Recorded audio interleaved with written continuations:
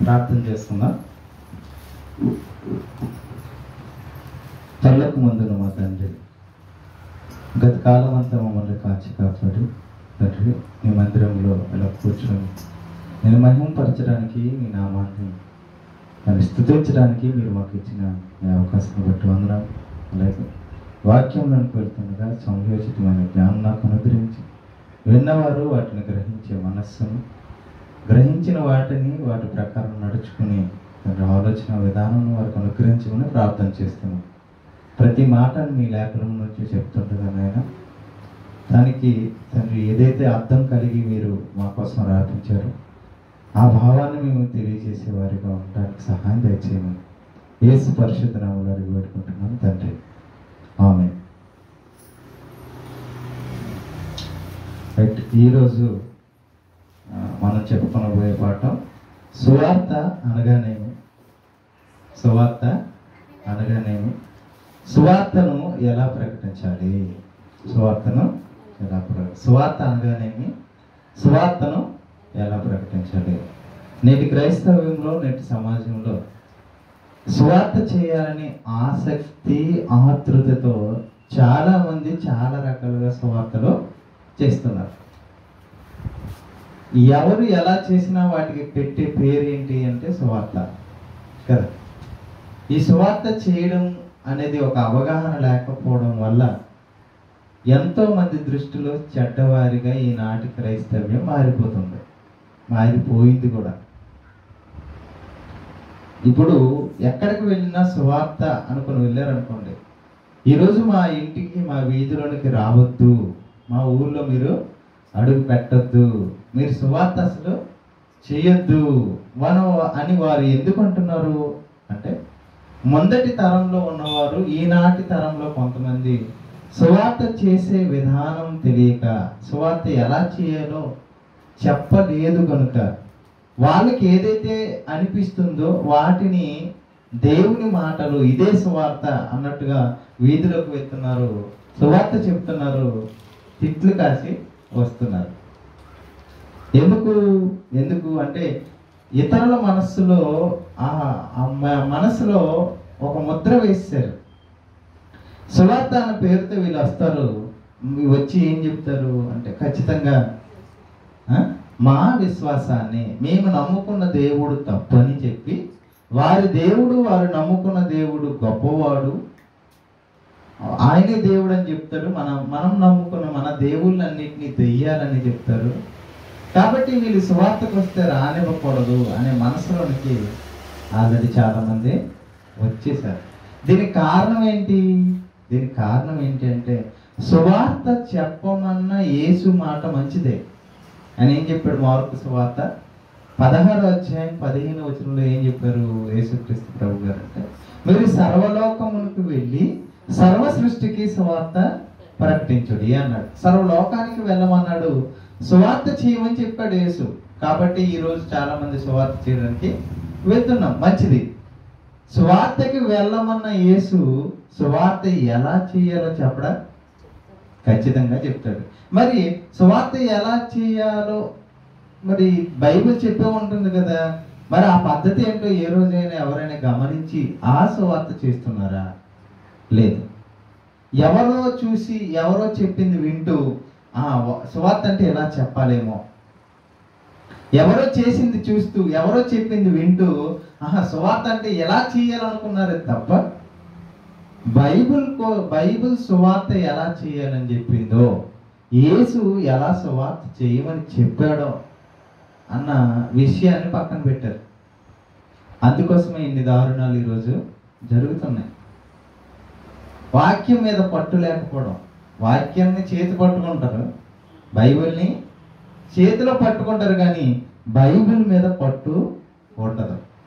కాబట్టి వారు అడుగుతారు, కొన్ని ప్రశ్నలు అడిగేసరికి దాన్ని సమాధానం చెప్పలేక తిరిగి క్షమించండి అయ్యా, మీ రాంగ్ వెళ్ళిపోతామని వెళ్ళిపోతారు.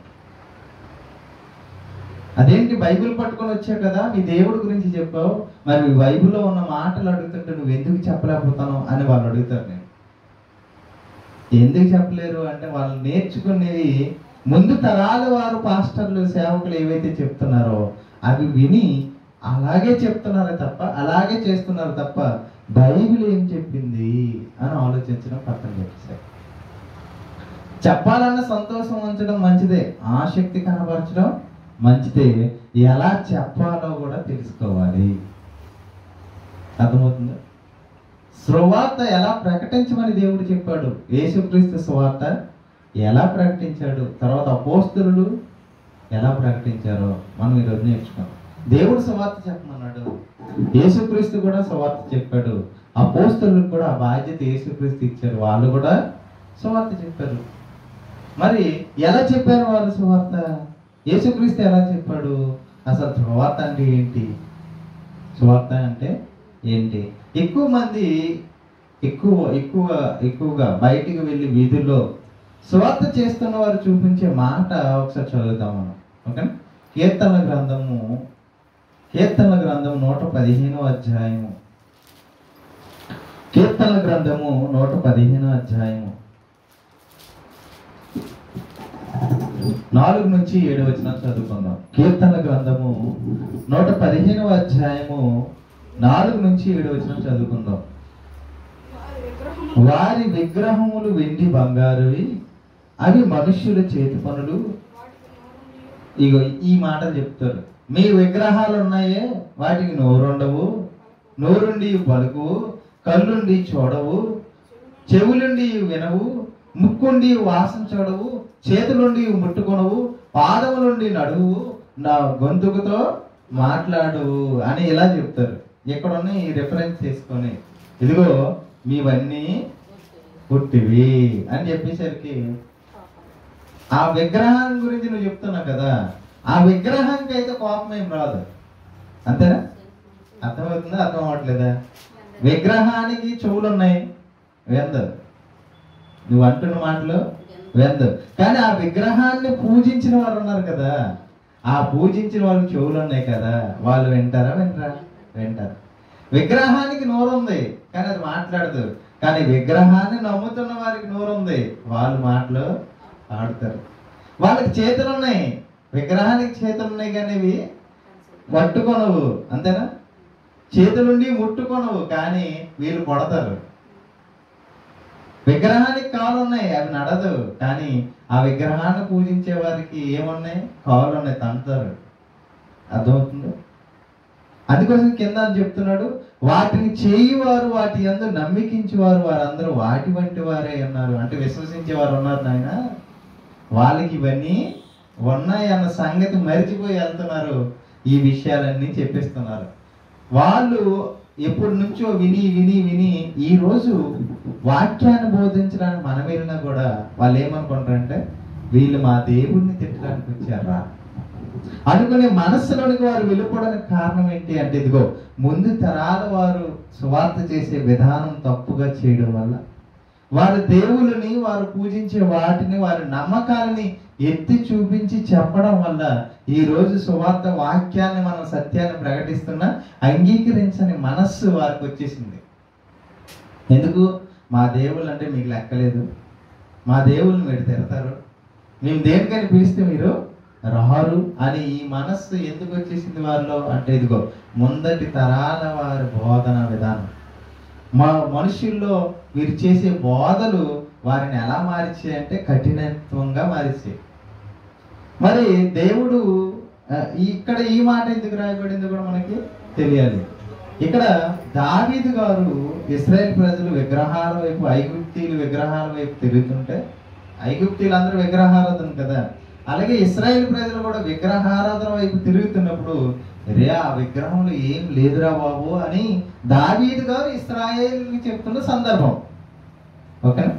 అంటే ఇప్పుడు మనం క్రైస్తవులుగా మనం సంఘంలో ఉన్నాం, మీరు నమ్మిన వారు ఒకవేళ యేసుక్రీస్తుని విడిచిపెట్టి మళ్ళీ విగ్రహారాధన పూజకి వెళ్ళారు అనుకోండి, అప్పుడు మీకు నేను చెప్తాను ఏమని, అమ్మా అది విగ్రహము, అవి ఇక ఇప్పుడు ఏవైతే మనం చదువుకున్నాం ఇవన్నీ వివరిస్తాను, అమ్మ ఇది నిజం అని అంటే సంఘంలో ఉన్న వారికి, విశ్వాసులకు వివరించడానికి ఆ రోజు దావీదు గారు ఇశ్రాయేల్ ప్రజలకి వివరిస్తున్నారు.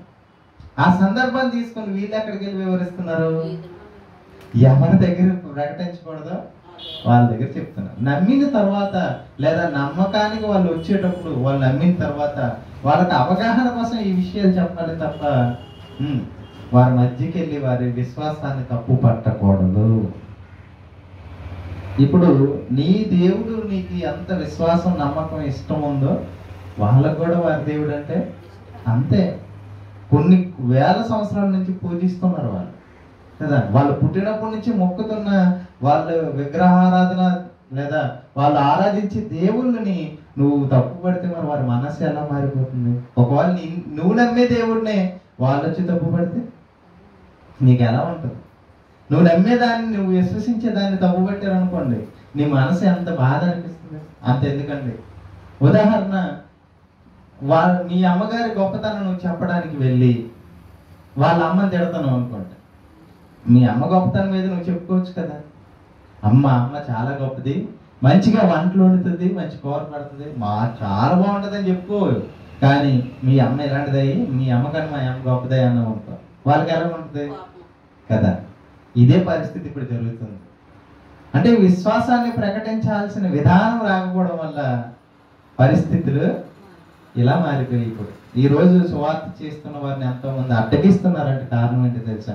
మీ వాక్యాన్ని మీ దేవుని మీరు ప్రకటించుకుంటే, మీ విశ్వాసాన్ని మీరు ప్రకటించుకుంటే మాకు ఎటువంటి అభ్యంతరం లేదు. కానీ మీరు యేసుక్రీస్తు పేరు చెప్తూ ఆయన గురించి ప్రకటించుకోండి. కానీ మా విశ్వాసాన్ని మా దేవుని మీరు తప్పు పడుతున్నారు కాబట్టి మా ఊర్లోనికి మీరు రావద్దు, మా దగ్గర మీరు సువార్త చెప్పొద్దు అనే స్థాయికి ఈరోజు దిగజారిపోయింది క్రైస్తవులు. లోకంలో ఉన్నవారు ఎందుకు తృణీకరిస్తున్నారు, అంగీకరించట్లేదంటే ఇదిగో ముందటి తరం వారి బోధన విధానం వల్ల వారి మనస్సులు కఠినాలు అయిపోయినాయి కదా. యేసుక్రీస్తు భూమి మీదకి వచ్చి సువార్త చేశాడు. ఆయన తన శిష్యులు కూడా చెప్తున్నాడు అనమాట. సువార్త చేసేటప్పుడు కొన్ని విషయాలు చెప్తున్నాడు. ఒకసారి చూడండి, మత్తయి సువార్త 10వ అధ్యాయము, మత్తయి సువార్త 10వ అధ్యాయం 5-6 వచనం చూద్దాం. మత్తయి సువార్త 10వ అధ్యాయము, మత్తయి సువార్త 10వ అధ్యాయం 5, 6, 7 వచనం చదువుతాం. యేసు ఆ 12 మందిని పంపుచు వారిని చూచి వారికి ఆజ్ఞాపించినది ఏమనగా, మీరు అన్ని జనుల దారిలోనికి వెళ్ళకుడి, సమరయులు ఏ పట్టణంలోనైనా ప్రవేశింపకుడి, గాని ఇశ్రాయేలు వంశంలో నశించిన గొర్రెల యొద్దకు వెళ్ళుడి, వెలుచు పరలోక రాజ్యం సమీపించి ఉన్నదని ప్రకటించుడి అని చెప్తున్నాడు. ఎక్కడికి వెళ్ళాలో చెప్తున్నాడు, ఏం చెప్పాలో చెబుతున్నాడు. యేసుక్రీస్తు తన శిష్యులు ముందుగా సిద్ధం చేశాడు. సిద్ధం చేసి ఎక్కడికి వెళ్ళమన్నాడు అంటే, ముందు నాయన మన ఇంట్లో ఉన్న వారిని మనం కట్టుకోవాలి, తర్వాత అన్యుల దగ్గరికి వెళ్ళాలి. అంటే బోధ ఎవరికి జరగాలి? ముందు సువార్త ఎలా ప్రకటించాలో అని మీకు నేర్పించకన్నా వెళ్ళండి సువార్త ప్రకటించండి అన్నాను అనుకోండి, మీరు ఏం ప్రకటిస్తారు? ముందు మీరు ఎలా ప్రకటించాలి మీరు నేర్చుకోవాలి. అంటే బోధ ఎవరికి జరగాలి? ముందు సంఘములో ఉన్న వారికి బోధ జరగాలి. తర్వాత ఎవరికి జరగాలి బోధ? అన్ని జనులైన వారు, అంటే ఈ క్రీస్తుని అంగీకరించని వారికి జరగాలి. యేసుక్రీస్తు కూడా ఎక్కడికి వెళ్ళమంటాడంటే, నాయన మీకు నేర్పించిన వాక్యం మీరు ఇప్పుడు ఎక్కడికి వెళ్ళాలి తెలుసా? యూదుల పట్టణాల్లోకే వెళ్ళండి, ఇశ్రాయేలీయుల పట్టణాల్లోనికే వెళ్ళండి. అంటే క్రైస్తవులు ఎవరైతే యూదులు ఉన్నారో వాళ్ళ దగ్గరికి, ఇశ్రాయేలు మన ప్రజలు ఎవరైనా రక్త సంబంధులు ఎవరైతే ఉన్నారో వాళ్ళ దగ్గరికి ముందు వెళ్ళండి. తర్వాత ఎవరి దగ్గరికి వెళ్ళాలి? అన్యుల దగ్గరికి వెళ్ళాలి. అంటే ఎక్కడికి వెళ్ళాలో చెబుతున్నాడు, ఏం చెప్పాలో కూడా చెప్తున్నాడు యేసుక్రీస్తు. అర్థమవుతుంది? అంటే వెళ్ళేవారు చెప్పేవారు ఏం చెప్పాలో ఖచ్చితంగా నేర్చుకోవాలి, తెలుసుకోవాలి. అప్పుడు మాత్రమే వాక్యాన్ని ప్రకటించాలి. అలా నేర్చుకోకపోతే ఏమవుతుందో ఇప్పుడు మనం విన్నాం. అసలు సువార్త అంటే ఏంటి? సువార్తకి బైబిల్ చెప్పిన నిర్వచనం ఏంటి? ఒకటి మొదటి కొరింథీ అపోస్తలుడైన పౌలు కొరింథీయులకు రాసిన మొదటి పత్రిక 15వ అధ్యాయం 3వ వచనం. కొరింథీయులకు అపోస్తలుడైన పౌలు మొదటి రాసిన పత్రిక 15వ అధ్యాయం 3వ వచనం. అపోస్తలుడైన పౌలు కొరింథీ సంఘానికి సువార్త అంటే ఏంటో చెప్తున్నాడు. చూడండి. నాకు ఇయ్యబడిన ఉపదేశమును మొదట మీకు అప్పగించి తిని. పైనుంచి చదువుకొని వస్తే 15వ అధ్యాయం మొదటి వచనం, మరియు సహోదరులారా నేను మీకు ప్రకటించిన సువార్తను మీకు తెలియపరుచుతున్నాను అన్నాడు. నీకు సువార్త చెప్తున్నాను, అది ఏంటో తెలుసా అని 3వ వచనంలో చెప్తున్నాడు. నాకు ఇవ్వబడిన ఉపదేశం మొదట మీకు అప్పగించి తిని, అదేమనగా సువార్త అంటే ఏంటో తెలుసా? లేఖనముల ప్రకారం క్రీస్తు మన పాపముల నిమిత్తం మృతి పొందెను, సమాధి చేయబడెను, లేఖనముల ప్రకారం 3వ దినమున లేపబడెను.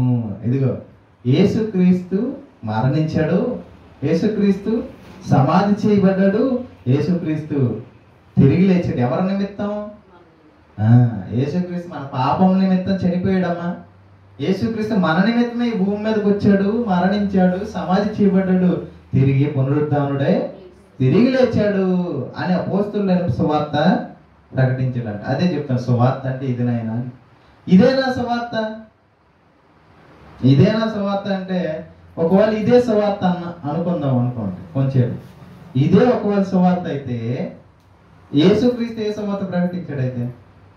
యేసుక్రీస్తు చనిపోయిన తర్వాత అపోస్తలులైన పౌలు యేసు చనిపోయాడు, యేసు సమాధి చేయబడ్డాడు, యేసు తిరిగి లేచాడు అని చెప్తున్నాడు.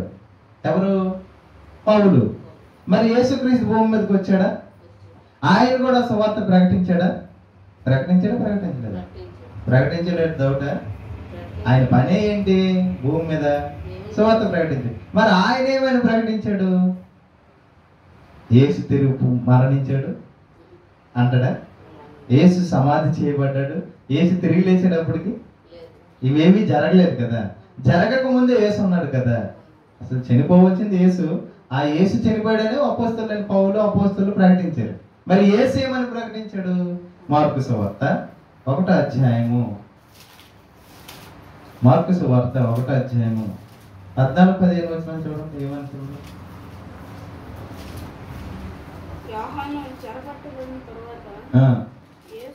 యేసు కాలము సంపూర్ణమై ఉన్నది, దేవుని రాజ్యము సమీపించి ఉన్నది, మారు మనస్సు పొంది సువార్త నమ్ముడని చెప్పుచు దేవుని సువార్త ప్రకటించుచు. యేసు ఏం చేశాడంట? దేవుని సువార్త ప్రకటించాడంట.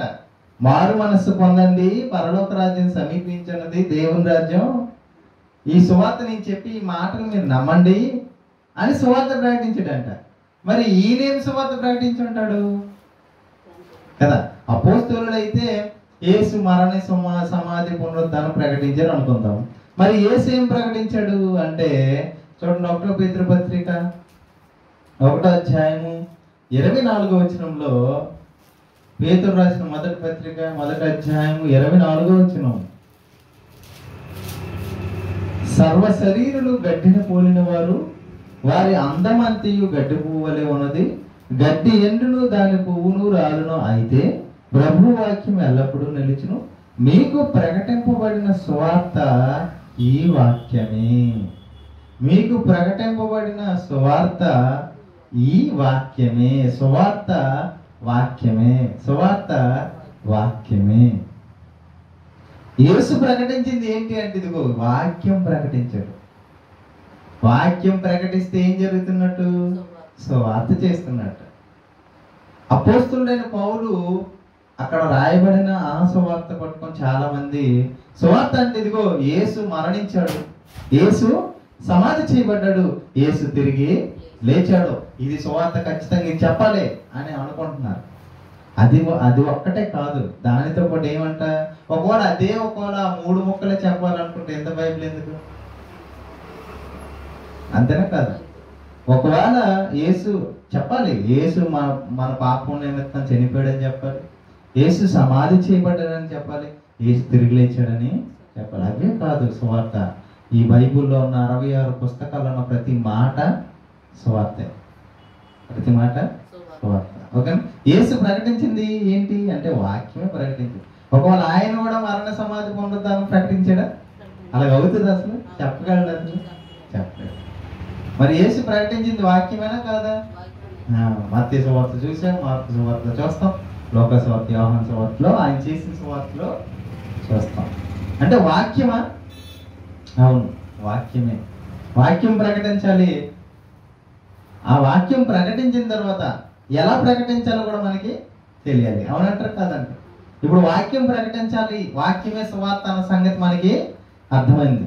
అపోస్తలుడైన పౌలు చెప్తున్నట్టుగా ఈ మరణం, క్రీస్తు మన పాపల నిమిత్తం మరణించాడు, సమాధి చేయబడి తిరిగి లేచాడు. దాంతోపాటు యేసుక్రీస్తు సువార్త విధానం చూస్తే యేసుక్రీస్తు వాక్యం ప్రకటించాడు అన్న సంగతి మనకి అర్థమవుతుంది. వాక్యం ప్రకటించాడు అన్నాడు, మరి ఎలా ప్రకటించాడు అది కూడా తెలియాలి. అంతేనా? సువార్త అన్న విషయం గురించి మన సువార్త అంటే వాక్యం అని, క్రీస్తు మన పాపల నిమిత్తం మరణ, సమాధి, పునరుద్ధానం జరిగిందని, ఇది సువార్త అని మనకు తెలిసింది. మరి ఈ సువార్తను ఎలా ప్రకటించాలి? మనకిష్టమైనది ప్రకటిస్తే సువార్త అవుతుందా? మనకిష్టమైనది సువార్త ప్రకటిస్తే అవుతుందా? చాలా మంది ఇలా కూడా సువార్త చేస్తున్నారు. ఎలాగా? వాళ్ళకి ఏదైతే అనిపిస్తుందో, ఒక విధానం లేకుండా, ఒక పద్ధతి లేకుండా, వారికి నచ్చినట్లుగా వారు సువార్తని ప్రకటిస్తున్నారు ఈనాటి కాలంలో. తెలుసా? తెలీదండి? తెలుసా? తెలీదు. వాక్యం ప్రకటించడానికి బదులు అసలు ఒక మనిషి విశ్వాసిగా ఎలా మారుతాడని బైబిల్ చెప్పింది తెలుసా? ఒక మనిషి యేసును విశ్వసించడానికి మూల కారణం ఏంటో చెప్పాడు తెలుసా? బైబిల్ ఏమని చెప్పింది తెలుసా? ఒక మనిషి క్రీస్తును విశ్వసించాలంటే వాళ్ళకి ఏం ప్రకటించాలో బైబిల్ చెప్పిందా? రోమాపత్రిక ఒకసారి చూడండి. ఏం ప్రకటిస్తే ఒక మనిషి క్రీస్తునందు విశ్వాసం ఉంచుతాడో బైబిల్ చెప్పింది. చూడండి.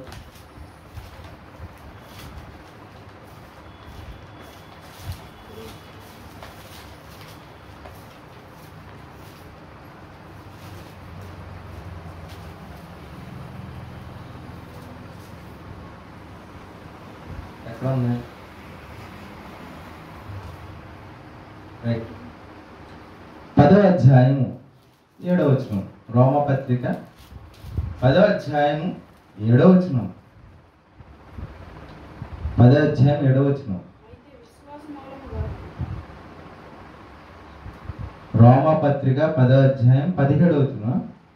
17వ వచనం. రోమపత్రిక 10వ అధ్యాయం 17వ వచనం. కాగా వినుట వలన విశ్వాసము కలుగును. వినుట వలన ఏం కలుగుతుందంట? వినుట వలన విశ్వాసం కలుగుతుంది. వినుట వలన విశ్వాసం దేని వలన కలగాలంట? వినుట వలన కలగాలి. వినాలంటే ఒక వ్యక్తి వినాలంటే ఎవరు చెప్పాలి? ఎవరొకరు చెప్పాలి. అందుకోసమే ఆ కింద ఉన్న వచనాల్లో మనం చదువుకుంటే, అంతకు ముందు వచనాల్లో 15వ వచనం చదువుతాం. 14వ వచనం నుంచే. ఓకే.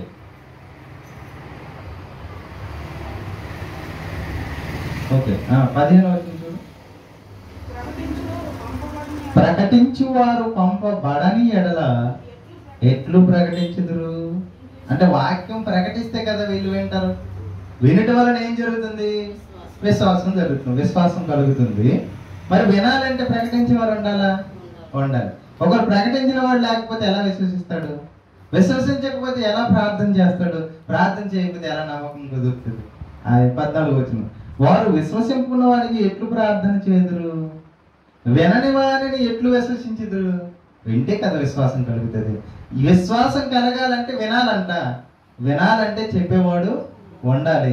చెప్పేవాడు వెళ్ళాలి అంటే వాడికి ప్రకటించేవాడు ఇంకొకడు ఉండాలి. అంటే బోధన జరగాలి. వీళ్ళు వెళ్ళి బయట ఉన్న వాళ్ళకి చెప్పాలి. అప్పుడు వాళ్ళు వింటారు, విశ్వసిస్తారు, ప్రార్థన చేస్తారు, క్షమాపణ పొందుతారు. అప్పుడు దేవుని యొద్దకు చేర్చబడతారు కదా. వినుట వలన విశ్వాసం కలుగును. వినుట ఎవరి గురించి ఉండాలి? వినుట క్రీస్తు గూర్చిన మాటల వలన కలుగును. క్రీస్తు గూర్చిన మాటలు ఎవరి గురించి? అంటే సువార్త ఎవరి గురించి చేయాలైతే? యేసుక్రీస్తు గురించిన మాటలు లేదా బైబిల్ గ్రంథంలో ఉన్న మాటలే చెప్పాలి తప్ప వేరొక గ్రంథాల్లో ఉన్న మాటలు చూపించి, ఇదిగో మీ గ్రంథాల్లో మా యేసుక్రీస్తు మాటలు ఉన్నాయని కానీ, అర్థమవుతుందా? మీ గ్రంథాల్లో మా యేసుక్రీస్తు కూర్చిన మాటలు ఉన్నాయని చెప్పకూడదు. ఎందుకు? విశ్వాసం ఎవరి వల్ల కలగాలని బైబిల్ చెప్తుంది. క్రీస్తు కూర్చిన మాటలు. క్రీస్తు కూర్చిన మాటలు ఎందులో ఉన్నాయి? బైబిల్లో ఉన్నాయి. బైబిల్ ఎవరి చేత రాయబడింది కదా? పరిశుద్ధాత్మ ప్రేరేపణ వలన దేవుని మూలంగా పలకబడింది. ఈ పవిత్ర గ్రంథమైన బైబిలేనా? అన్ని గ్రంథాలు కూడా. అర్థమవుతుందా? పరిశుద్ధాత్మ ప్రేరేపణ వల్ల రాయబడిందని 2వ పేతురు పత్రిక 1వ అధ్యాయం 20-21 వచనాల్లో మనం చదువుకున్నాం. ఒకటి తన ఊహను బట్టి చెప్పడం వల్ల లేఖనంలో ఏ ప్రవచనం పుట్టదని మీరు మొదట గ్రహించుకునవలెను. పరిశుద్ధాత్మ ప్రేరేపణ వల్ల ఇది కలిగినది దేవుని మూలంగా కలిగింది తప్ప మనుషుని ఇచ్చబెట్టి కలిగింది కాదు. ఏది? బైబిల్. మరి మిగతా గ్రంథాలు పరిశుద్ధాత్మ ప్రేరేపణ వల్ల దేవుని మూలంగా పలకబడ్డాయా? మరి అవి చెప్పొచ్చా? కానీ ఈరోజు వేరే వేరే గ్రంథాల్లోకి వెళ్ళి దేవుని మాటలు, ఇదిగో యేసుక్రీస్తు మీ గ్రంథాల్లో కూడా ఉన్నాడు, మీరు యేసు ప్రభుని నమ్మండి. ఎలాగైనా మీరు నమ్మించడానికే కదండి చెప్తున్నాం. నమ్మితే మంచిదే కదా. ఎలా చెప్పితే ఏంటి అంటున్నారు. ఇప్పుడు బైబిల్ని ఎలా చెప్పితే ఏంటి? నమ్మడం ప్రాముఖ్యం కదా అంటున్నారు. నమ్మడం ప్రాముఖ్యం. నమ్మించడానికి ఏదో ఒకటి చెప్తే మళ్ళీ బైబిల్ ఎందుకు దేవుడు ఇవ్వాలి మనకి? ఏదో ఒకటి చెప్పేస్తే మరెందుకు బైబిల్ మనకి ఇవ్వడం? బైబిల్లో ఉన్న వాటి వల్లనే విశ్వాసం కలగాలి.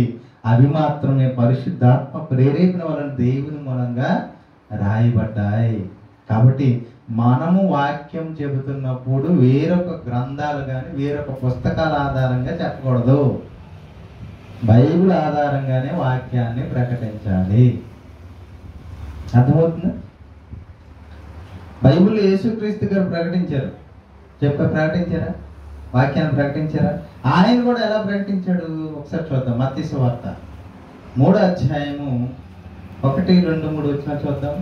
మత్తయి సువార్త 3వ అధ్యాయము 1, 2, 3 వచ్చినా చదువుకుంటే, ఆ దినములు యందు బాప్టిస్మిచ్చి యోహాను వచ్చి పరలోక రాజ్యం సమీపించి ఉన్నది, మారు మనస్సు పొందురని యూదయ అరణ్యంలో ప్రకటించుచుండెను.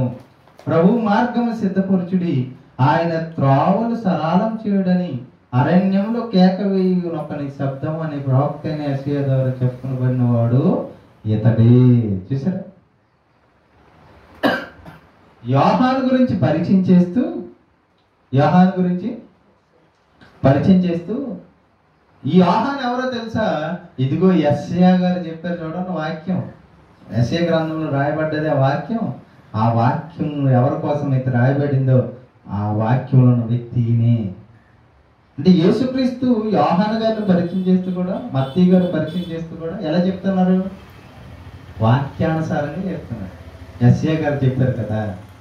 చూసారు? అంటే లేఖనాలను కోట్ చేసి చెప్తున్నాడు. వాక్యాన్ని చూపించి వాక్యము చెప్తున్నారు. ఇంకా చూద్దాం. మత్తయి సువార్త 13వ అధ్యాయం.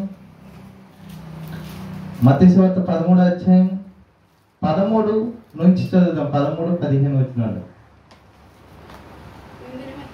మత్తయి సువార్త 13వ అధ్యాయం 13 వచనం 15 వచనం చదువుదాం. ఇందు నిమిత్తము నీవు ఉపమాన రీతిగా వారికి బోధించుచున్నాను.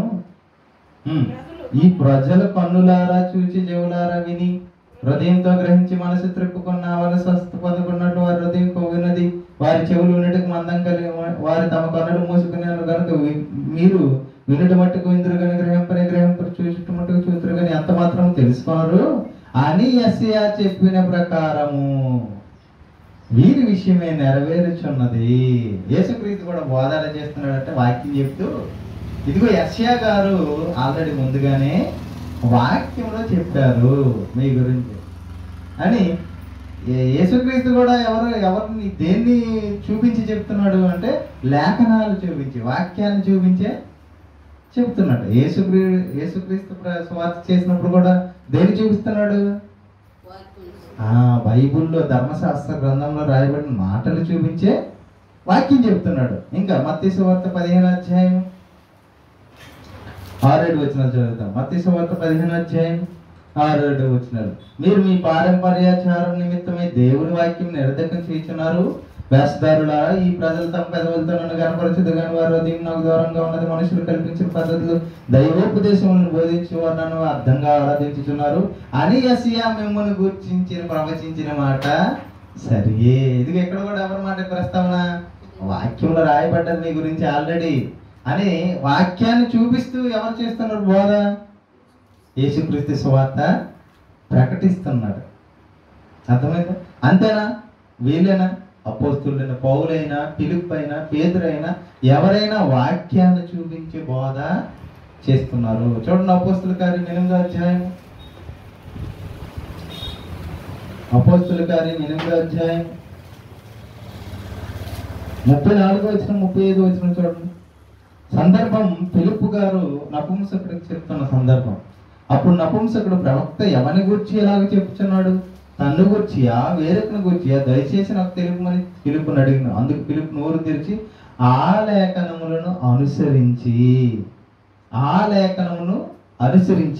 అతనికి యేసును గూర్చిన సువార్త ప్రకటించాను. అదే ఉందన్నమాట. నేనేమైనా తప్పుగా చదువుతున్నాను? చదువు గణేష్. 35 వచనం, 8వ అధ్యాయం అపోస్తల కార్యం 35 వచనం. అందుకు ఫిలిప్పు నోరు తెరిచి లేఖనమును అనుసరించి, లేఖనము అంటే వాక్యము, బైబిల్లో ఉన్న వాక్యము అనుసరించి ఫిలిప్పు గారు ఎవరికి? నపుంసకుడైన అధిపతికి ఏం చెప్తున్నాడంట? యేసును గూర్చిన సువార్త ప్రకటించాను. దేన్ని అనుసరించి వాక్యం చెప్పాలి? దేన్ని అనుసరించి సువార్త చెప్పాలి? వాక్యం అనుసరించే సువార్త చెప్పాలి తప్ప మన సొంత మాటల్లో మనకు నచ్చింది, మనకేదో జరిగింది అవి కాదు సువార్త. సువార్త ఏం చెప్పాలి?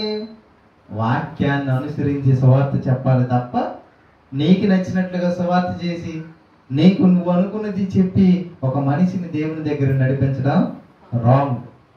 ఎలా నడిపించాలి మరి? దేవుని మాటలు చెప్పి మాత్రమే దేవుని యొద్దకి నడిపించాలి. అందుకు కదా మనకు బైబిల్ ఇచ్చాడు దేవుడు. మరి ఒకవేళ మనకి మన విషయంలో ఏదో మనకు నచ్చినట్లు చెప్పి రక్షించాలనుకుంటే దేవుడు వాక్యాన్ని ఇవ్వాల్సిన అవసరం లేదు కదా. సో ఎలా ప్రకటించాలో కూడా దేవుడు మనకి రాసి ఇచ్చాడు. ఇంకా చూద్దాం, అపోస్తల కార్యం 28వ అధ్యాయము 23వ వచనం. అపోస్తలులు శిష్యులు ఎలా ప్రకటించారో, యేసు ఎలా ప్రకటించాడో, మనం ఎలా ప్రకటించాలో కూడా మనకి తెలియాలి. 28వ అధ్యాయం అపోస్తల కార్యం 23వ వచనం. అతనికి ఒక దినము నియమించి అపోస్తలుడైన పౌలు చెప్తున్నాడు ఇక్కడ సువార్త. ఓకేనా? అతని బసలోనికి అతని యొద్దకు అనేకులు వచ్చి ఉదయం నుండి సాయంకాలం వరకు అతడు దేవుని రాజ్యంను గురించి పూర్తిగా సాక్ష్యం ఇచ్చుచు మోషే ధర్మశాస్త్రంలో నుండి ప్రవక్తలలో నుండి సంగతులు ఎత్తి యేసును గూర్చి వివరముగా బోధించుచు వారిని ఒప్పించుచుండెను. అపోస్తలుడైన పౌలు ఎలా బోధ చేస్తున్నాడంట? ధర్మశాస్త్రంలోని విషయాలు అంటే పాత నిబంధనలోనివి, పాత నిబంధనలో ఉన్న ప్రవక్తలు రాసిన గ్రంథాలు ఉన్న విషయాలు చూపించి సువార్త చెప్తున్నాడంట యేసుక్రీస్తు. అంటే యేసుక్రీస్తు గురించిన సువార్త ఎలా చెప్పాలి? లేఖనాలను, వాక్యాన్ని అనుసరించి బోధ చేయాలి తప్ప వాక్యం లేకుండా చెప్పకూడదు. ఓకేనా? అర్థమైందా? అయితే ఈ సువార్త ఎవరికి చెప్పాలంటే 26 పుస్తకాల్లో ఉన్న మాటల ప్రకారం బోధ ఎవరికి చేయాలి? అధ్యాయులు వచ్చిన వాళ్ళు ఎవరికి చూపించాలంటే క్రైస్తవులకి సువార్త. క్రీస్తును అంగీకరించిన వారికి లేఖనాల ద్వారా చూపించాలి. అర్థమవుతుందా? ఇప్పుడు మీరు రకరకాల బోధలు విన్నారు. ఇప్పుడు ఇది నిజం అని చెప్పాలంటే నేను ఎలా చెప్పగలను? నేను వాక్యాన్ని చూపించి ఇదిగో ఇక్కడ ఉందరుగా, అప్పుడు నువ్వు నమ్ముతావు. ఇప్పుడు బయటికి వెళ్ళి నువ్వు వీధుల్లోకి వెళ్ళి ఒక వ్యక్తికి సువార్త చెప్పాలనుకుంటున్నావు అనుకో, వాక్యం చూపిస్తే వాడికి వాక్యం అంటే తెలుసా? అపోస్తల కార్యం అంటే తెలుసా? మత్తయి సువార్త అంటే తెలుసా? వాళ్ళకి అర్థమవుతుంది అప్పుడు వాక్యం చూపిస్తే. అంటే సువార్త 2 రకాలు. ఒకటి సంఘంలో ఉన్న వారికి క్రైస్తవులకు బోధించే విధానం వేరు, అసలు వాక్యమే తెలియని క్రైస్తవులు కాని వారికి దేవుని వాక్యాన్ని ప్రకటించే విధానం వేరు. ఇంతవరకు నేను చెప్పింది క్రీస్తును అంగీకరించిన వారికి సువార్త ఎలా చెప్పాలో, క్రీస్తును అంగీకరించి మందిరానికి వచ్చిన వారికి ఎలా సువార్త చెప్పాలో నేను చెప్పాను ఇంతవరకు. ఓకేనా? ఇప్పుడు క్రీస్తును అంగీకరించకుండా దేవుడు ఎవరో తెలియకుండా బ్రతుకుతున్న సమాజానికి దేవుణ్ణి ఎలా పరిచయం చేయాలో ఎవరు మనకు బాగా చెప్పగలరంటే అపోస్తులుడైన పౌలే చెప్పగలరు. ఎందుకు అంటే దేవుడు అపోస్తులుడైన పౌలుని అన్యజనులకు రక్షకుడిగా నియమించాడు. అన్యజనులకు సువార్త ప్రకటించడానికి దేవుడు ఆయన్ని నియమించాడు. మిగతా వారందరూ ఎవరు ప్రకటించారు అంటే ధర్మశాస్త్రం కలిగిన యూదులు ప్రకటించారు. అంటే ఆల్రెడీ యూదుల దగ్గర ఏముంది? ధర్మశాస్త్రం ఉంది. కాబట్టి ధర్మశాస్త్రాన్ని చూపించి ఈ పేతురు, యోహాను వీళ్ళందరూ సువార్త చేసేవారు. యేసుక్రీస్తు ప్రభు కూడా లేఖనాలు చూపించేశాడు. ఇప్పుడు అసలు లేఖనం అంటే, ధర్మశాస్త్రం అంటే ఏదో తెలియదు. అటువంటి అన్నిటికీ సువార్త చెప్పడానికి దేవుడు ఎవరు నియమించాడంటే అపోస్తులుడైన పౌలు నియమించాడు. ఇప్పుడు ఆ అపోస్తులుడైన పౌలు వాక్యాన్ని ఎలా ప్రకటిస్తున్నాడో, ఎటువంటి పరిస్థితులు ఎలా మార్చి చెబుతున్నాడో అంటే దేవుని నమ్మని క్రైస్తవేతరులకు, క్రీస్తును అంగీకరించిన యూదులు కాని వారు ఎవరంటే ఆనాటి కాలంలో రోమీయులు అనమాట. అప్పుడు రోమ సామ్రాజ్యం ఉంది కదా. రోమ సామ్రాజ్యం ఉంది కనుక యూదులతో పాటు ఇంకెవరు ఉన్నారంటే రోమీయులు ఉన్నారు. రకరకాల తెగల వారు ఉన్నారు. వాళ్ళకి అపోస్తులుడైన పౌలు బోధ చేస్తున్నాడు. ఎలా చేస్తున్నాడో కొన్ని విషయాలు చదువుదాం. అపోస్తుల కార్యం 14వ అధ్యాయం చూడండి. అపోస్తుల కార్యం 14వ అధ్యాయం 14 నుంచి 15 వచనం చదువుకుందాం.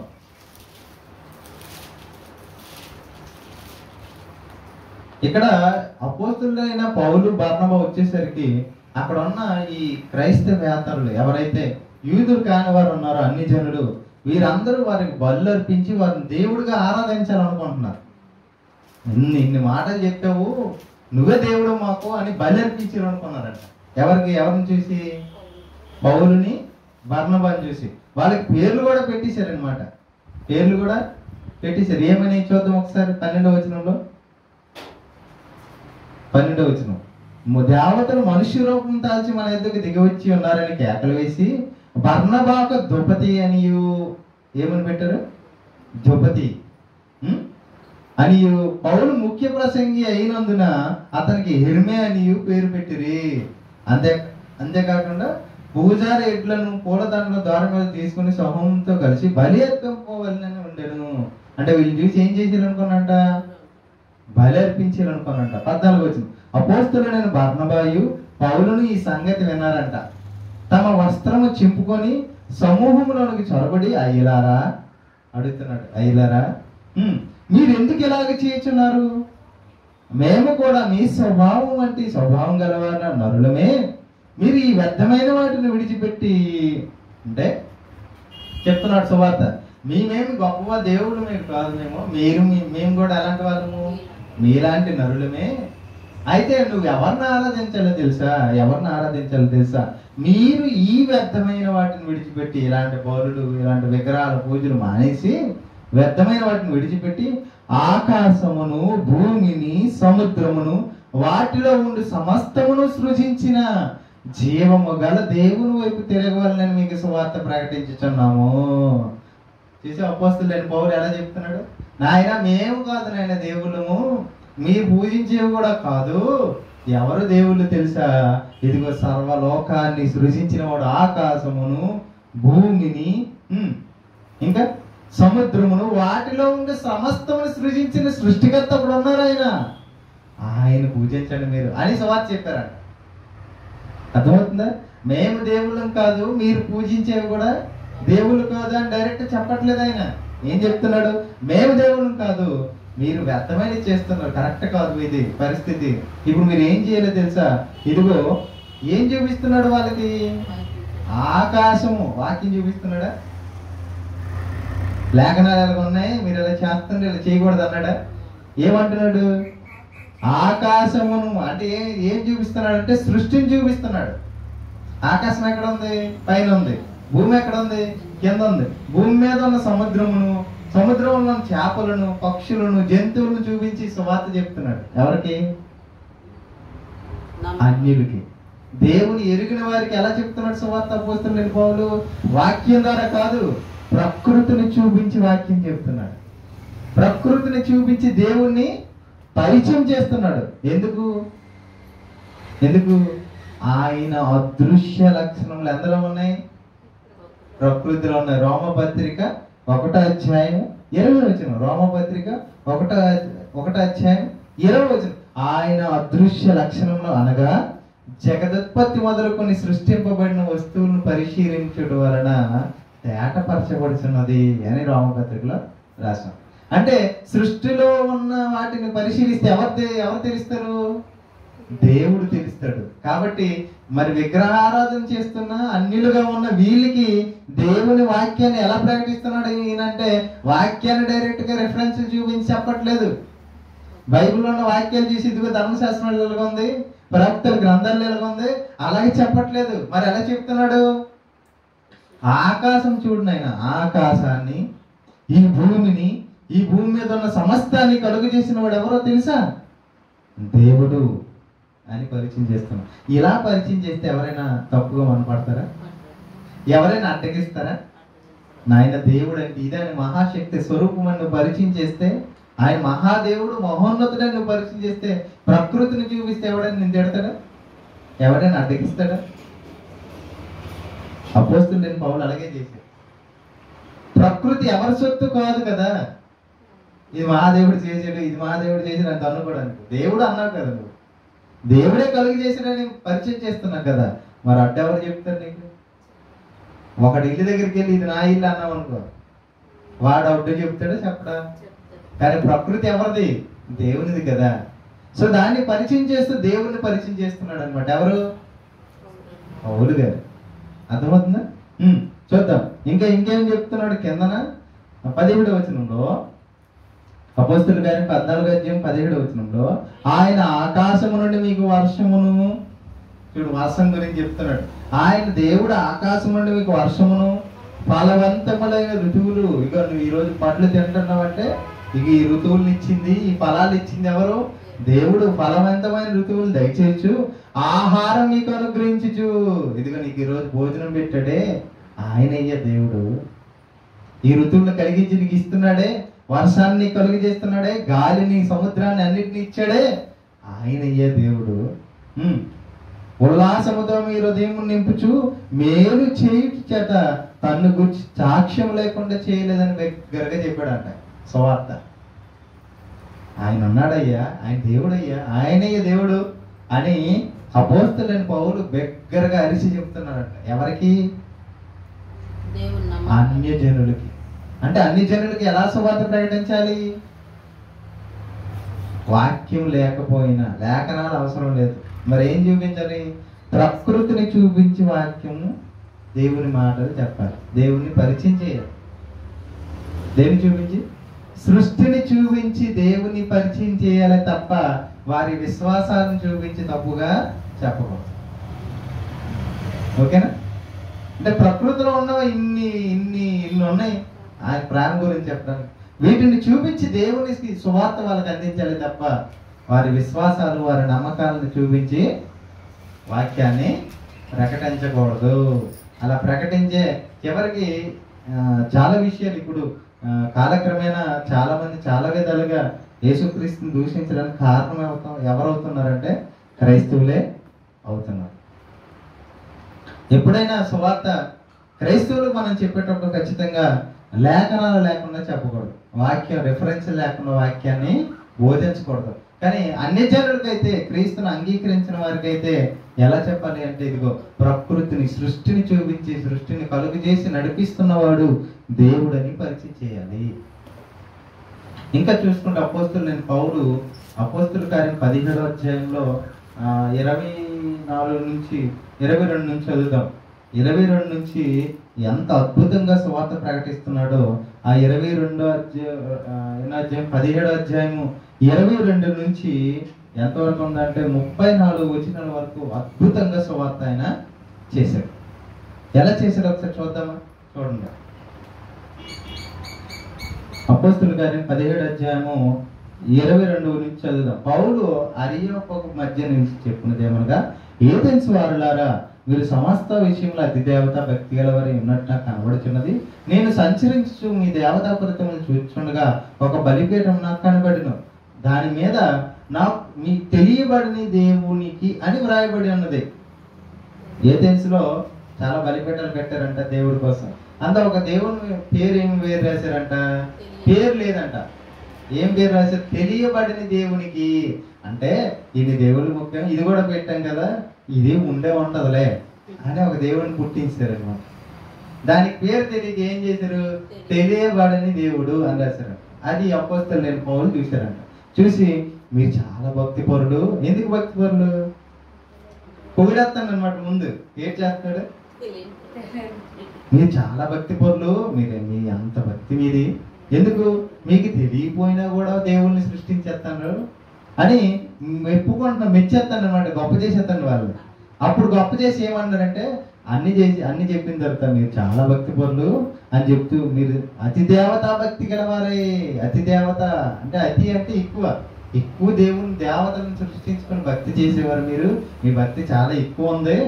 అయితే మీరు తెలియబడని దేవునికి అని రాశారు కదా, ఆ తెలియబడని దేవుడు ఎవరో నేను చెప్తాను చూడండి అని మొదలెట్టాడు.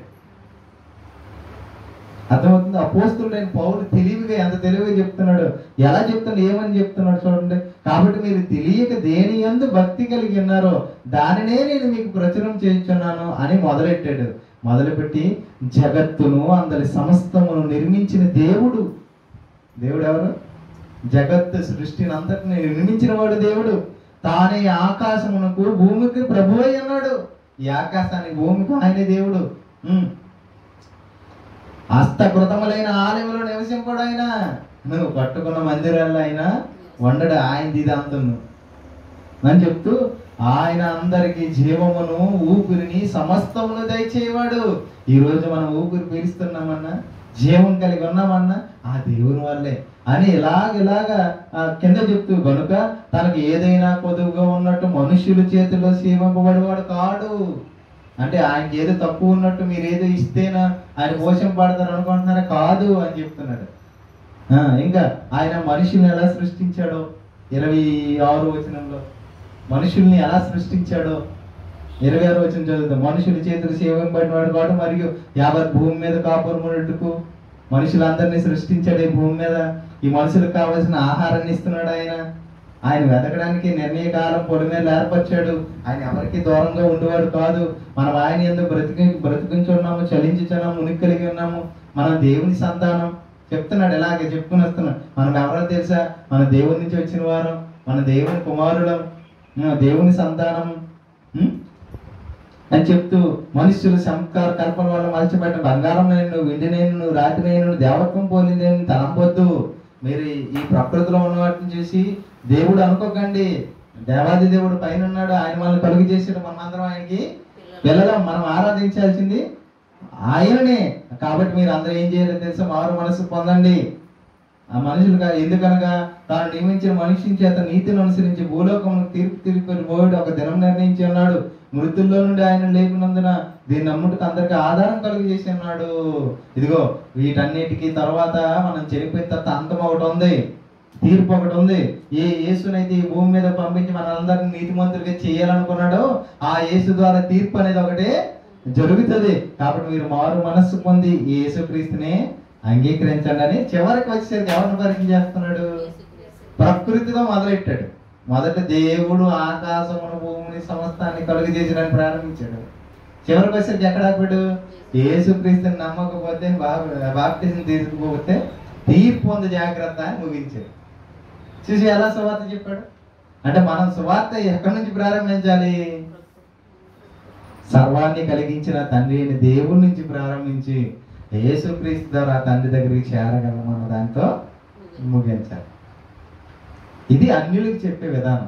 వాక్యాన్ని అనుసరించి చెప్పాలా? వాక్యాన్ని చూపించి చెప్పాలంటే అవసరం లేదు. సృష్టిని చూపించి ప్రకృతిని కలుగు చేసింది దేవుడని పరిచయం చేస్తూ క్రీస్తు ఎలా చనిపోయాడో, ఎవరి కోసం చనిపోయాడు అన్న విషయాన్ని, ఎందు నిమిత్తం చనిపోయాడు అన్న విషయాన్ని వాళ్ళకి అర్థమయ్యేటట్టు మనం చెప్పగలిగితే అదే సువార్త.